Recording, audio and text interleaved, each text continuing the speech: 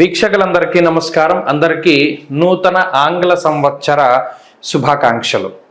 చాలామందికి క్యూరియాసిటీ ఉంటుంది, వచ్చే సంవత్సరం గ్రహగతుల్లో ఏమైనా మార్పులు ఉన్నాయా? అసలు నిజానికి క్యూరియాసిటీ ఉన్నా లేకపోయినా తెలుసుకోవాల్సినటువంటి విషయం ఏంటంటే గ్రహగతులు ఎలా ఉన్నాయి. ఈ దీర్ఘ సంచార గ్రహాలను బట్టి చూసేటువంటి ఈ సంవత్సర ఫలితాల్లో ఈ 2025వ సంవత్సరం జనవరి 1వ తారీఖు నుండి డిసెంబర్ 31 వరకు ఏ గ్రహాల తాలూకు అనుకూలత, ఏ గ్రహాల తాలూకు ప్రతికూలత మన మీద ఉంది అని తెలుసుకోవడం ద్వారా ఒక నిర్దిష్టమైనటువంటి ఒక ఆలోచన వస్తుంది. పలానా గ్రహం మనకు అనుకూలంగా ఉంది, పలానాది ప్రతికూలంగా ఉంది అని ఒక ఇయర్ని ప్లాన్ చేసుకోవచ్చు. ఉదాహరణకి గురువు అనుకూలంగా ఉన్నట్టయితే ఆ సంవత్సరంలో నూతన వస్తువులు, వాహనాదులు, ఉద్యోగంలో ఎదుగుదల, లేదా ఏదైనా ఇల్లు కట్టుకోవడము, సంతానం కలగడం, వివాహాది శుభకార్యక్రమాలు జరగడం, ఇటువంటి వాటి మీద ఎక్కువ ప్రభావాన్ని చూపిస్తారు. శనేశ్వరుడు అనుకూలంగా ఉంటే ఆర్థిక స్థితిగతులు మెరుగుపడుతూ ఉండడం, రాజకీయ లబ్ధి ఉండడం, జనాకర్షణ కలగడం, వ్యాపారాభివృద్ధి కలగడం, విదేశీయానం కలగడం, ఇటువంటివన్నీ కూడా జరుగుతాయి. రాహుకేతువుల అనుకూలత వల్ల కూడా చాలా రకాలైనటువంటి సమస్యలు, అటు మాతృ వర్గం నుండి ఏదైనా ఆస్తిపాస్తులు రావాల్సి వచ్చినా, మాతృ భ్రాతృ శాపాదులు ఉన్నా, లేదా మరి ఏ ఇతరత్ర వంశపారంపర్య ఆస్తుల నుండి ఏదైనా తగాదాలు ఉన్నా అటువంటి వాటి నుండి బయటపడడానికి, శత్రు రోగ రుణ బాధల నుండి బయటపడడానికి, అనారోగ్య సమస్యల నుండి బయటపడడానికి కూడా ఈ గ్రహ సంపత్తి చాలా ముఖ్యంగా ఉపయోగపడుతుంది. కాబట్టి ఈ 3 కీలకమైన గ్రహాలు ఏ విధంగా యోగిస్తున్నాయి, ఈ సంవత్సరం ఒక విశేషమైనటువంటిది ఏంటి అంటే దాదాపుగా 3 దీర్ఘ సంచార గ్రహాలు కూడా మారుతూ ఉన్నాయి. ఎప్పుడు ప్రతి సంవత్సరం ఏమవుతుంది అంటే గురువు కానీ రాహువు కానీ, ప్రతి సంవత్సరం గురుడు మారతారు, గురుడితో పాటు అప్పుడప్పుడు శని మారతారు, లేదా గురుడితో పాటు అప్పుడప్పుడు రాహువు మారుతారు. ఈ సంవత్సరం ఏమవుతుంది అంటే 3 గ్రహాలు కూడా మారుతూ ఉన్నాయి. అంటే గురువు మే నెల 15వ తారీఖు దగ్గర నుండి మిథున రాశిలోకి ఆయన సంచారం చేస్తారు. శనేశ్వరుడు ఈ సంవత్సరం మార్చి 30వ తారీఖున కుంభరాశిని వదిలిపెట్టి మీనరాశికి వెళ్తారు. అలాగే రాహువు మే 21వ తారీఖున మీనరాశిని వదిలిపెట్టి కుంభంలోకి వెళ్తారు. రాహుకేతువులు వక్రంలో ప్రయాణం చేస్తారు కాబట్టి వెనక్కి వెళ్తారు. సో ఒకే నెలలో 2 పెద్ద గ్రహాల మార్పు. అదేంటి? మే నెలలో గురు రాహువుల యొక్క మార్పు, దానికి మునిపే ఈ మార్చి 30వ తారీఖున శని మార్పు. కాబట్టి ఇది చాలా కీలకమైనటువంటి సంవత్సరం. చాలా గ్రహగతుల్లో మార్పులు, 3 గ్రహాల్లోనూ దీర్ఘ సంచార గ్రహాలు, అంటే రాహుకేతువులు అంటే 2 కింద లెక్కేసుకుంటే 4 గ్రహాలు. ఈ క్రియాశీలకమైనటువంటి మార్పుల్లో లాభపడేటువంటి రాశుల్లో మీ రాశి ఉందా లేదా అనేటువంటిది మనం తెలుసుకుందాం. 2025వ సంవత్సరం ధనురాశి వారికి ఏ విధమైనటువంటి ఫలితాలను ఇవ్వబోతూ ఉన్నది మనం ఈ కార్యక్రమం ద్వారా తెలుసుకుందాం. ముఖ్యంగా ధనురాశి వారి యొక్క స్థితిగతులను చూస్తే, అటు అర్ధాష్టమ రాహు యొక్క దోషం గత 18 నెలలుగా ఉంటే ఈ అర్ధాష్టమ రాహు యొక్క దోషం తగ్గుముఖం పడుతోంది. తృతీయ స్థానంలోకి రాహు వెళుతున్నారు. చాలామంది పొరబడేటువంటి అంశం ఏమిటి అంటే తృతీయంలో రాహు యోగించరు, రాహు తృతీయ స్థానం ముందు యోగించరు.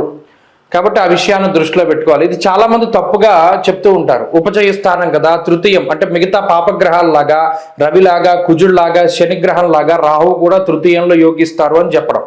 నిజానికి అంత యోగం అనేటువంటిది తృతీయంలో కలగదు. ఇది అనుభవపూర్వకంగాను చెప్పచ్చు, శాస్త్రపూర్వకంగాను చెప్పచ్చు.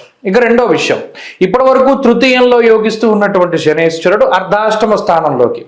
చాలామంది ధనురాశి వారు అనుకుంటూ ఉన్నారు కదా, ఈ ఏలినాటి శని బాధ తగ్గింది అనుకుంటే మళ్ళీ శని వక్రగతి వల్ల మళ్ళీ ఏలినాటి శని వచ్చింది, మళ్ళీ ఈ శని వక్రగతి పోతుంది అనుకునేసరికి అర్ధాష్టమ శని వస్తారు. ఇలా ఏవో రకరకాల సమస్యలు మేము బయటపడేది ఏం లేదా అని చాలామంది అడిగారు. నిజానికి ఈ అర్ధాష్టమ శని ఎప్పటి నుండి వస్తుంది? మార్చి 30వ తారీఖు నుండి వస్తుంది. మరి ఆలోపు ఉండేటువంటి పరిస్థితులన్నీ కూడా ఈ శనేశ్వరుడి గ్రహం వల్ల అనుకూలంగానే ఉన్నాయి. ఇక ప్రధానమైన విషయం గురుబలం రావడం. నిజానికి 7వ స్థానంలో గురుడు ఉండడం అనేటువంటిది చాలా గొప్ప విషయం. ఎందుకంటే రాశిపై గురుని యొక్క దృష్టి ఉంటుంది. 7వ స్థానంలో పూర్ణ శుభగ్రహం శుభ ఫలితాలను ఇవ్వడం అనేటువంటిది చాలా మంచి విషయం. రాజదర్శనం ఆరోగ్యం గాంభీర్యం గాత్రపోషణం అంటూ ఉన్నది శాస్త్రం. ఇక్కడ దీర్ఘ సంచార గ్రహాలలో ఒక గ్రహం గురుడు పూర్తిగా అనుకూలంగా ఉన్నారు. అది ఎప్పటి నుండి? మే నెల 15వ తారీఖు దగ్గర నుండి. కాబట్టి ధనురాశి వారి యొక్క స్థితిగతులన్నీ మే నెలకి ముందు, మే నెల తర్వాత కూడా మార్పు చెందుతాయి. ఈలోపు ఏప్రిల్ 1 వరకు కూడా శని బలం ఉన్నది. ఇక్కడ మనం ప్రధానంగా గుర్తుపెట్టుకోవాల్సింది 3 దీర్ఘ సంచార గ్రహాలు ప్రతికూలంగా ఉంటే సమస్య, కానీ అందులో ఏదైనా ఒక్కటి యోగించినా జీవితంలో మనకి ధైర్యము ఊతం దొరుకుతుంది. ఏదైనా ఊబిలో మునిగిపోయేటువంటి వాడికి ఒక చిన్న పుల్ల దొరికినా ఒక్కొక్కసారి అది ప్రాణాలను కాపాడుతుంది. అలాగే ఈ 3 దీర్ఘ సంచార గ్రహాల్లో ఏదో ఒక్కటి యోగించినా మంచి ఫలితం వస్తుంది. ఈ సంవత్సరంలో గురుడు యోగిస్తున్నారు. రాస్యాధిపతే యోగించడం అనేటువంటిది చాలా మంచి విషయంగా చెప్పచ్చు. దీనివల్ల ఏమవుతుంది, గురుడి యొక్క కారకత్వాలు యజన కీర్తి గృహకాంచన పుత్రవస్త్ర అశ్వాధికారకో గురుహు, ఆయన సప్తమంలో ఉండడం, రాజదర్శనం, ఆరోగ్యం, గాంభీర్యం, గాత్రపోషణం, ప్రధానంగా ఒక ధైర్యానికి, జీవితంలో పడుతూ ఉన్నటువంటి ఎన్నో రకాలైనటువంటి బాధల నుండి ఉపశమనానికి, ధైర్యానికి, శక్తికి, ఓర్పుకి, సహనానికి గురుడు కారణమవుతారు. అలాగే పై అధికారులతో ఉండేటువంటి సఖ్యత వాతావరణానికి, అలాగే ఉన్నతమైనటువంటి పదవుల్ని అధిరోహించడానికి, సమాజంలో క్రియాశీలకమైనటువంటి పదవుల్ని అధిరోహించడానికి, అలాగే ముఖ్యంగా జనాకర్షణకి, ధనాకర్షణకి, వీటన్నిటికీ గురుడు చాలా ముఖ్యమైన గ్రహం. కాబట్టి ధనురాశి వారికి ఈ సంవత్సరం ఆ గురుబలం పూర్తిగా ఉన్నది. అర్ధాష్టమ శని దోషం ఉన్నప్పటికీ కూడా, మరి అర్ధాష్టమ శని వల్ల ఏమవుతుందండి, వాతశూలం మనక్లేశం భయం స్వస్థానహానికృత్ అన్నాడు శాస్త్రమందు. ఏంటి అర్ధాష్టమ శని ఏం చేస్తారంటే ఎక్కువ ఇంట్లో ఉండడానికి ఇష్టపడరు. శరీరం ఎప్పుడూ కూడా ఏదో ఒక క్లేశము, అంటే ఏదో ఒక ఆలోచన ఉంటూ ఉంటుంది, ఏదో ఒక సమస్య ఉంటూ ఉంటుంది. వీళ్ళు ఎక్కువ తిరగడానికి ఇష్టపడతారు, ఇంట్లో ఉండడానికి ఎక్కువ ఇష్టపడరు. అయితే ఇక్కడ ఒక మంచి ఉంది, చెడు ఉంది. ఒకవేళ ఇంట్లో ఉండడానికి అవకాశం లేదు అంటే, ఇటు సప్తమంలో గురుడు ఉన్నారు కాబట్టి వాళ్ళు విదేశీయానం చేయడానికి, దేశాంతరవాసం చేయడానికి, లేదా ఉద్యోగ వ్యాపారాల రీత్యా వేరే ప్రాంతం నందు నివాసం ఉండడానికి అవకాశం ఉంటుంది. అది ఒక అందుకు మంచిది. ఒక అందుకు ఏంటి అంటే ఇంట్లో లేము అంటే కొద్ది ప్రయాణాలు ఎక్కువగా చేస్తూ ఉండడము, నిలకడ లేనటువంటి జీవనానికి కూడా అది సంకేతం. ఇది మీ జాతకాలను బట్టి కూడా ఆధారపడి ఉంటుంది. మరి రాహు ఏం చేస్తారండి తృతీయంలో అంటే సాధారణమైనటువంటి ఫలితమే. రాహు అంత చెడు కాదు, అంత మంచి కాదు, మధ్యస్థమైనటువంటి ఫలితాన్ని ఇస్తారు. కాబట్టి మరి ఈ సంవత్సరం 2025వ సంవత్సరం ధనురాశి వారికి లిటరల్గా మనం చెప్పాలి అంటే బాగుంది.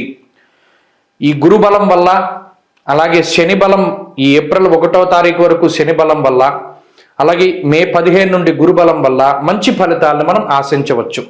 చాలామందికి ఇంకో సందేహాలు ఉన్నాయి. మళ్ళా గురుడు వక్రిస్తారు కదండి, మళ్ళా శని వక్రిస్తారు కదండి, అవన్నీ మనం సెకండరీగా మాట్లాడుకోవచ్చును. ప్రస్తుతానికి సంవత్సర ఫలితాల్లో గురుడు సాధ్యమైనంత వరకు వక్రించడం, ముందుకు వెళ్ళడం కామనే, రాశి మారే పరిస్థితి లేదు. అందువలన సాధ్యమైనంత వరకు ఈ ధనురాశి వారికి గురుబలం వల్ల మంచి జరుగుతుంది.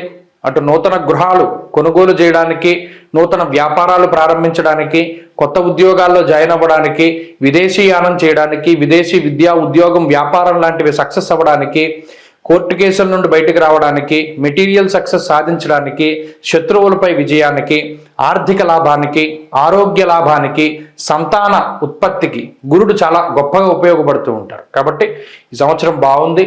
ఈ గ్రహస్థితి ఇంకా మెరుగ్గా పనిచేయాలండి, దానికి ఏంటంటే బెస్ట్ రెమెడీ అంటే అర్ధాష్టమ శని దోషం ఎప్పుడు పోతుంది, ఇది మీరు గుర్తుపెట్టుకోండి. నలుపు నీలం వస్త్రాలకి దూరంగా ఉండండి.